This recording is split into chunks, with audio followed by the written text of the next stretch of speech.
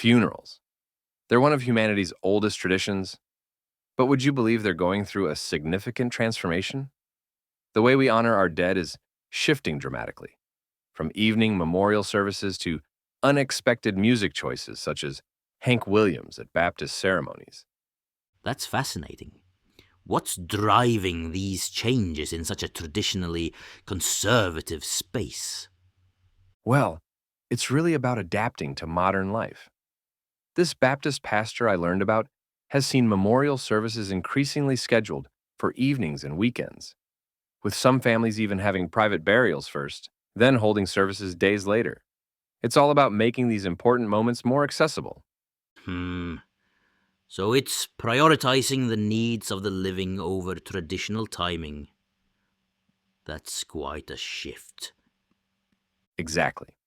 And get this, there was this chaplain who handled his mother's funeral by having a private burial in Alabama, then held the memorial service almost a week later.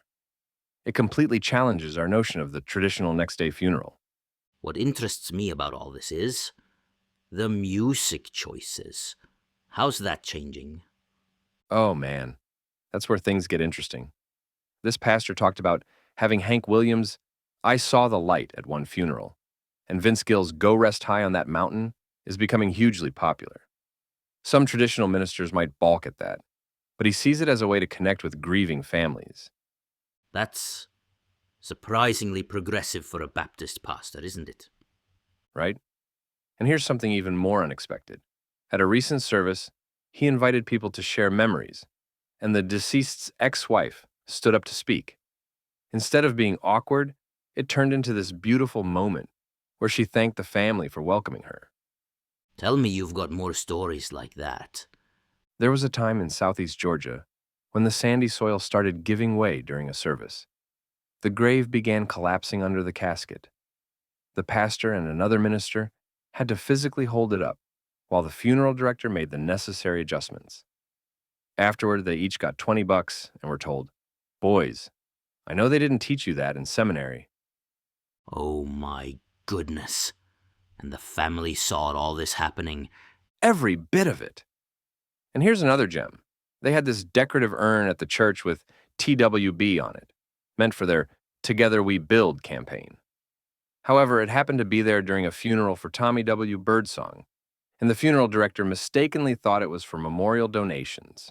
So, beyond these memorable moments, what's his approach to conducting these services? He's thoughtful about it. He emphasizes keeping messages brief, being personal when possible, and sharing spiritual messages without being heavy handed. But you know what struck me?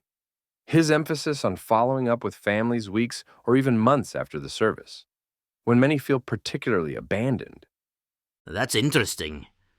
Most people probably think the support ends at the funeral. Exactly. And he shared a remarkable story about how, after attending one funeral, 10 family members who had been there ended up embracing faith when they returned home to Virginia. Not because he pushed it, but because he approached the service with genuine care. Sounds like he's found that sweet spot between tradition and innovation. That's precisely it. He uses familiar scripture passages such as the 23rd Psalm because they comfort traditional families. But he's also open to new elements that make services more meaningful. Unless something directly conflicts with core values, he's willing to accommodate family wishes. So, what do you think this tells us about where funeral traditions are headed? I think we're witnessing a fundamental shift in how we approach death and remembrance.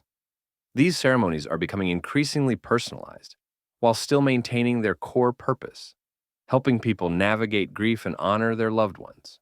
It's as if we're finding ways to preserve what's most important while allowing these traditions to evolve in tandem with our changing society. It's quite profound. The idea that by being more flexible, we might actually be making these ceremonies more meaningful, not less. And that might be the most important lesson here, that honoring the dead isn't about rigid adherence to tradition, but about creating spaces where people can truly process their grief and celebrate life in ways that feel authentic to them.